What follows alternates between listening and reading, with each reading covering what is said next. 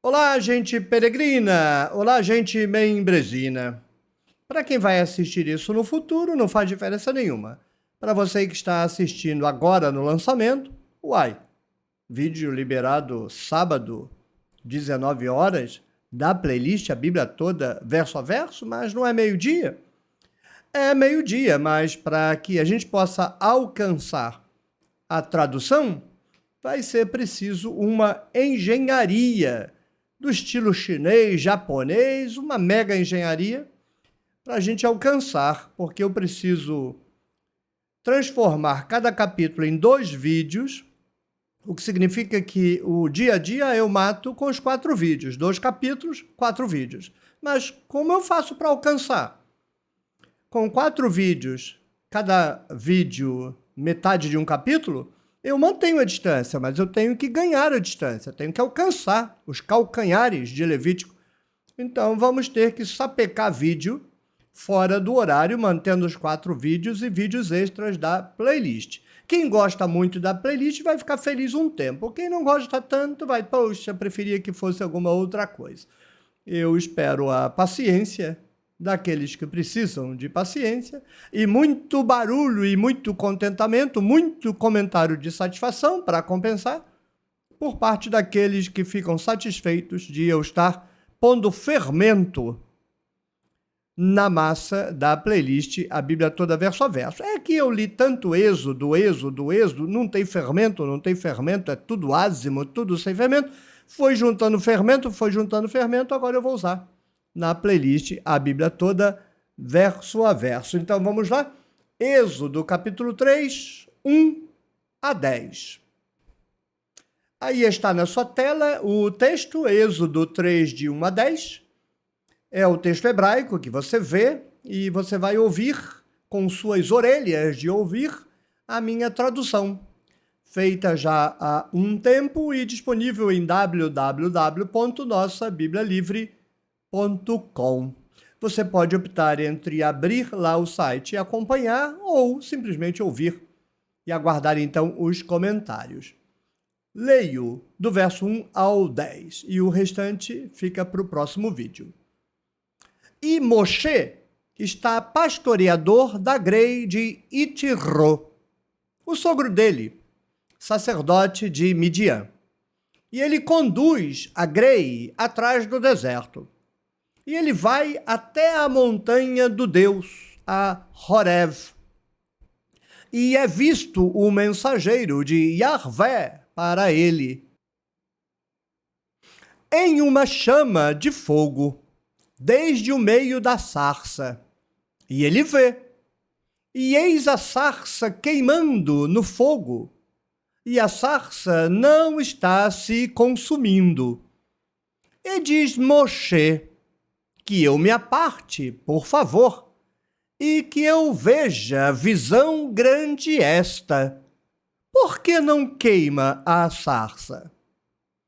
E vê Yahvé que ele se aparta para ver, e grita para ele Elohim desde o meio da sarça.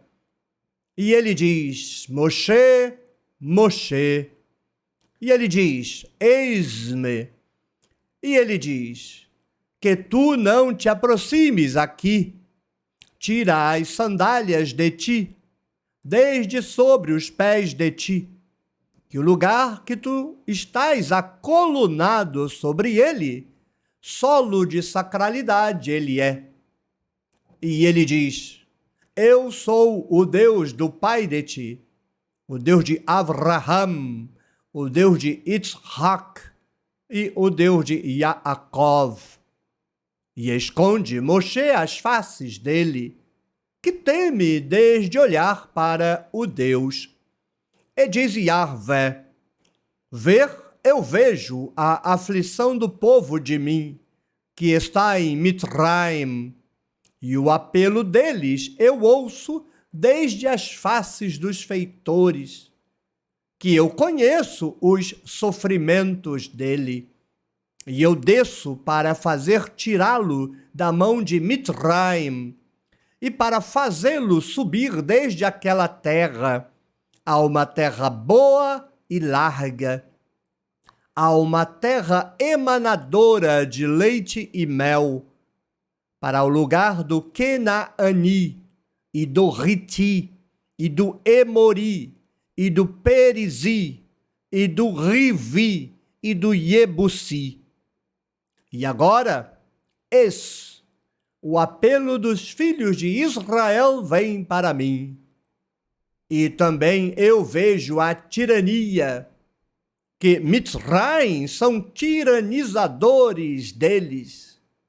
E tu, caminha tu, que eu te envie para Faraó, e faze tu sair o povo de mim, os filhos de Israel, desde Mitzraim. Muito bem, vamos então agora comentar verso a verso, e esse é um texto muito denso, com muito problema para tratar. Voilá, aparece o nome do sujeito, sem nome até agora, Itro. A gente conhece como Jetro, né? Itro é o nome dele. Ele tem um rebanho e Moisés está pastoreando. Ele é o sogro de Moisés. E o texto então é preciso. É o sacerdote de Midian. Então, não sabemos se nós temos uma versão em que o sujeito é sacerdote de Midian e não tem nome, outra versão em que o sujeito tem nome, mas não é sacerdote. Então, alguém pode estar simplesmente metendo o sacerdote de Midian aí para juntar as duas tradições. Não sabemos. Simplesmente não sabemos. Tudo é possível, porque o que tem de mão mexendo nisso é igual a mão pedindo grana nas igrejas de pedir grana. E aí vai, então, Moisés pega o rebanho, a grei, é um rebanho de gado miúdo, e vai atrás do deserto, ou seja, lá para longe, né? Lá para os limites do deserto. E vai até a montanha do Deus, a Horeb. Aí eu penso que seja o marco da cooptação, da tradição de que aquela região de Midian, Edom, é berço da origem de Yahvé. O que o narrador está fazendo é dizer que é berço porque foi lá no Horeb que Yahvé deu a lei. Então há uma cooptação, há uma tradição, independentemente do êxodo, contrária inclusive ao êxodo, de que Yahvé não é um Deus originalmente do território judeu, do território de Canaã, ele é um Deus do território árabe. Como o narrador não pode contornar isso, o que ele faz? Ele leva Moisés para esse território e diz que sim, Yahvé está nesse território porque a montanha do Deus do Êxodo está lá. Então ele faz a cooptação. Ele, com um movimento, dá a impressão de que vai aceitar a tradição, mas só para tomá-la, cooptá-la, domesticá-la. Diz o texto, então, que lá aparece o mensageiro de Yahvé para ele, em uma chama de fogo, desde o meio da sarça. Agora, é importante, eu chamo a atenção do texto que vem agora, e recomendo que você assista aos vídeos que discutem especificamente Êxodo 3, de 2 a 6. Esse texto tem problemas redacionais muito sérios. Se eu estiver certo, todos os comentários a respeito desse texto estão equivocados. Então, não vou descer a todas as profundidades dessa fossa, mas aconselho que você se informe nos demais vídeos. Aqui eu farei menção. Se você ficar meio que perdido, já sabe, precisa assistir aos outros vídeos. Basta ir na busca do canal, lá na lupinha, coloca Êxodo 3, pronto, voilá, aparece o vídeo, você assiste, seu queixo vai cair.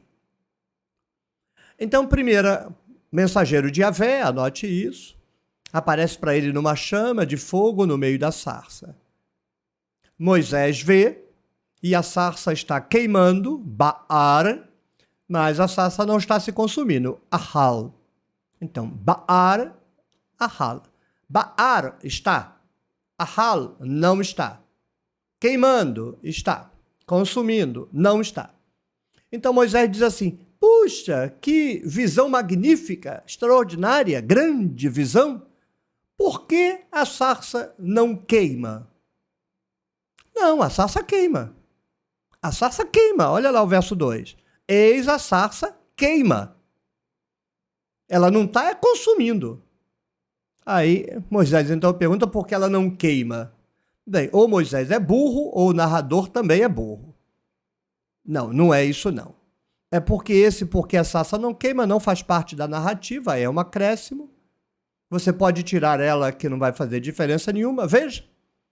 Eis a sarça queimando no fogo e a sarça não está se consumindo. E diz Moisés que eu me aparte, por favor, e que eu veja essa visão grande. E vê Yahvé. Ele se aproxima para ver porque que a sarça está queimando, mas não está se consumindo. Alguém vai escrever, não queima. Isso significa que dizer que a sarça queima tem um significado na cultura que não agrada a escribas posteriores. No momento em que o texto é originalmente escrito, é uma estratégia dizer que a sarça queima, mas não se consome. Posteriormente, já não agrada dizer que a sarça queima. Na minha opinião, a sarça é uma metáfora para a presença da classe dominante judaíta na Babilônia. Eles foram queimados, mas não consumidos. Foram castigados, mas graciosamente. Por isso voltaram. Para mim, aí nós estamos no nível da resposta que a comunidade da Golá, a classe dominante judaíta, dá aos camponeses, mas num primeiro momento, quando a classe dominante que retorna é monárquica. Ela está sob a teologia monárquica, sob a tradição da coroa que pretende reconstruir monarquicamente Judá. Essa classe dominante não tem nenhum problema teológico em dizer que eles foram castigados e Yahvé os perdoou. Não há teologia de pecado, santidade, cobrimento, essas bobagens que o templo vai inventar. Errar é próprio da atividade humana e da atividade da coroa, e perdoar é próprio de Yahvé. Então, ela pensa assim, a população está questionando o retorno deles, porque eles foram castigados na Babilônia. Eles dizem, sim, fomos castigados, e daí? Yahvé perdoou. Pronto. O argumento da população perde o sentido, porque foram castigados, mas acabou o castigo, agora eles estão perdoados, e Yahvé está trazendo para tomar o poder. Mas essa classe dominante se dissolve, uma nova classe dominante sacerdotal assume o poder, e eles não podem aceitar que eles foram para a Babilônia para ser castigados, porque isso imporia mancha no sacerdote. E todo o rito sacerdotal exige perfeição, pureza, de modo que eles vão ter que dizer, não, a sarça não queima. Não se trata da sarça, não tem sarça nenhuma pegando, fogo, isso aí é uma metáfora. A sarça queimando, mas não se consumindo, é uma figura, uma alegoria original para ler a comunidade da Golá sendo castigada na Babilônia, mas sem ter sido destruída. Ela sobrevive ao castigo porque Deus foi gracioso. Mas agora não pode mais tolerar que ela seja marcada com a designação de ter sido castigada por ser pecadora. Não, a classe sacerdotal é perfeita, então a sarça não queima. O texto continua, Yahvé então está vendo que Moisés se aproxima, ele grita Elohim, veja como o texto é mexido. Quem vê é Yahvé e quem grita é Elohim. Esse texto é uma salada de fruta. O sujeito vai lá num trechinho, acrescenta uma palavra, acrescenta uma frase, muda tudo. Isso aí é uma peça de Lego mal montada. Começa um carrinho, depois é uma espaçonave, depois é um boi. Cada um vai enfiando uma peça ali com seu projeto, independentemente da peça que o outro colocou anteriormente. Cada um tentando fazer o total da montagem e servir aos seus propósitos. Um texto político. Então, Elohim diz, não se aproxima daqui, Moisés. Elohim não está vinculado à sarça. O texto original é Elohim na montanha. Então Moisés vai se aproximar da montanha e Elohim diz, não se aproxime da montanha porque a montanha é terra santa. Tipo o que nós vamos ver daqui a pouco, quando a manifestação divina se der no Horeb e ninguém pode se aproximar daquela montanha. É a passagem. Sobre esse texto original de Elohim na montanha, alguém acrescenta a visão da sarça em que Moisés vê a sarça queimando, mas não se consumindo, que já é um acréscimo. Em cima do acréscimo de que Moisés vê a sarça queimando, mas não se consumindo, um terceiro escriba diz que não, a sarça não está queimando, não. Ou seja, nós vemos 3 mãos num pequeno trechinho, porque o significado político, acima de tudo político, mas também por isso teológico, desse pequeno trecho é colossal. 3 mãos costurando uma narrativa. Cada nível narrativo tem um sentido. Cada acréscimo muda o sentido anterior da narrativa. Então, Elohim diz para Moisés tirar as sandálias, não se aproximar, porque o lugar onde ele está de pé, acolunado, né? Como uma coluna, é um solo sagrado, solo de sacralidade. E então Elohim vai se apresentar. Eu sou o Deus do pai de ti, o Deus do teu pai, o Deus de Abraão, o Deus de Isaac e o Deus de Yaakov. O que significa que quando esse texto é escrito, todas aquelas embromações lá atrás de Abraão, Isaac e Jacó já tinham sido escritas. Ou seja, Êxodo é posterior à história dos patriarcas. Moisés, então, esconde a face, ele está preso àquela tradição de que não pode ver a divindade, senão morre. E aí já muda, agora já é Yahvé, porque o trecho de que Elohim tinha visto o sofrimento do povo, a gente viu no vídeo anterior, um Elohim que sofre de Alzheimer, surdo, cego, desatento, corno, não sabe de nada, esqueceu a aliança com Abraão, com Isaac, com Jacó. Então nós já temos a versão de Elohim, essa aí é a versão de Yahvé. Há 2 tradições diferentes, uma de Elohim e outra de Yahvé. No passado se dizia que essas 2 tradições eram pré-exílicas. A J e a E, da teoria JDP, uma tradição javista e uma tradição eloísta. Nenhuma das 2 tradições é pré-exílica, as 2 são pós-exílicas. A de Yahvé é posterior. A de Yahvé é a versão sacerdotal. Então, Yahvé agora vai dizer, né? Eu sou o Deus do pai de ti, o Deus de Abraão, o Deus de Isaac, o Deus de Jacó. E aí diz Yahvé, eu vejo a aflição do povo de mim, o povo que está no Egito, o apelo dele chegou até mim. A mesma coisa que se disse no final do capítulo anterior, caso você se lembre. Só que lá era Elohim, aí é Yahvé. Eu conheço o sofrimento dele, lá diz, né? E Elohim conhece. É assim que termina o capítulo 2, né? E eu desço para fazê-los tirar da mão do Egito, vou tirar eles da mão do Egito, vou fazê-los subir daquela terra para uma terra boa, uma terra larga, uma terra que emana leite e mel. Agora veja o grau de desfaçatez do texto. A divindade aparece para Moisés, para dizer para Moisés que vai tirar o povo e vai levar ele para uma terra que pertence a outro povo. Olha como é a hipocrisia. O povo que supostamente está sofrendo na mão dos egípcios vai ser levado para o Egito para tomar a terra dos outros povos. Quem disser que isso é fundamento da ética é um imbecil. Agora, é fundamento do Ocidente, né? Porque o Ocidente é isso aí, ladrão de terra. A Europa é ladra de terra, os Estados Unidos é ladrão de terra, o Ocidente é ladrão de terra. Com um Deus desse, com um manual desse, seríamos o quê? Ladrões de terra. É muita disfarçatez. Agora, é preciso deixar claro que isso só é uma expressão narrativa, isso nunca aconteceu. Não houve conquista nenhuma. O livro do Êxodo é falso. Não tem nada no livro do Êxodo que seja histórico, nada. Não interessa esses boca-rota de YouTube falando besteira, só falam asneira para enganar crente que gosta de asno, zurrando em nome de Deus.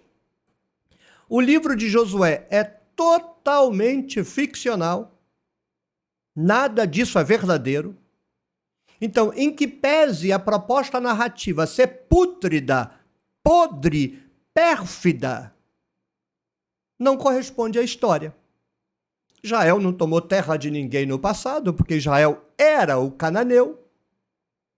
Os abraamitas são os camponeses cananeus.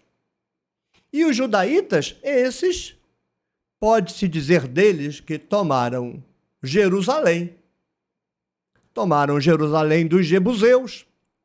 Se a gente puder acreditar na narrativa de Davi tomando Jebus. Fora isso, o resto é tudo invenção de fascista imbecil do Templo de Jerusalém. Temos que procurar a razão disso, e muito provavelmente o contexto dessas narrativas é a opressão grega. Mas se a opressão é grega, por que eles vão tomar terra de pobre? Por que tomar terra do Riti, do Emori, do Perizi, do Rivi, do Iebusi, do Kenaani? Por que não a terra dos gregos? Então, a despeito de não ser histórico, tem algo histórico nessa narrativa, não no nível plástico da cena. Isso é falso. Mas o que é que está acontecendo no horizonte do escritor que o leva a inventar esse discurso? Porque inventar, e é invenção, não tem nada de história nisso, que os antepassados tomaram as terras do povo de Canaã. Por quê? Se isso não é verdade. O que está acontecendo no momento em que o texto é escrito, que precisa ser justificado com uma mentira tão podre quanto esta. Continua então Yahvé. Ele diz que o apelo dos filhos de Israel chega a ele. O Egito está tiranizando o povo. Mas, veja bem, Yahvé vai tirar o povo que está sendo tiranizado pelo Egito para tiranizá-lo no deserto, vai matar o povo. Yahvé vai tirar o povo do Egito para matá-lo no deserto. E depois, com o pessoal que sobrar, tudo purinho, no plano do mito falso, produzir o genocídio dos moradores de Gaza. Lá atrás era falso, hoje é verdadeiro. Hoje tem genocídio verdadeiro. Então, a divindade fala para Moshe: caminha, eu vou te enviar a Faraó e você vai tirar o meu povo do Egito. Se eu sou Moisés, mas eu estava lá. Eu estava lá. Por que você esperou vir para cá para me levar de volta? Era tão mais fácil. Olha quantos anos o povo ficou sofrendo. O tempo de eu vir para cá, casar, ter filho, cuidar do rebanho. Gente, e enquanto isso o povo ficou lá sofrendo. Essas narrativas são todas mal feitas. Os narradores bíblicos estariam todos eles desempregados. Porque essas narrativas não se aproveitam para um filme decente. Só para quem já perdeu a capacidade de enxergar um palmo diante do nariz. O que significa lustrabanco. Muito bem.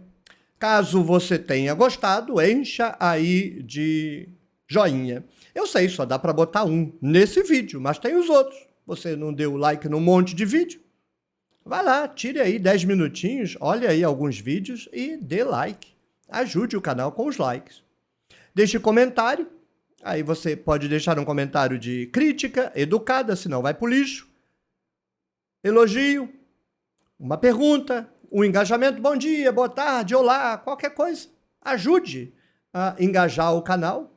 Também você podia escolher 5 vídeos aí da Tenda do Necromante, deixar comentários de engajamento lá.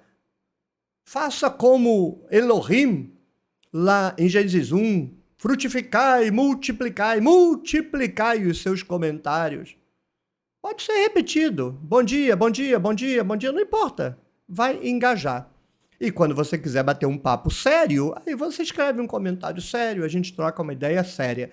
Mas comentários de engajamento também são muito bem-vindos. Compartilhe o vídeo com a sua rede de contatos, torne-se membro do seletíssimo clube de membros da Tenda do Necromante, que já fez 2 anos, por isso tem gente cuja bandeirinha ao lado do nome é roxa.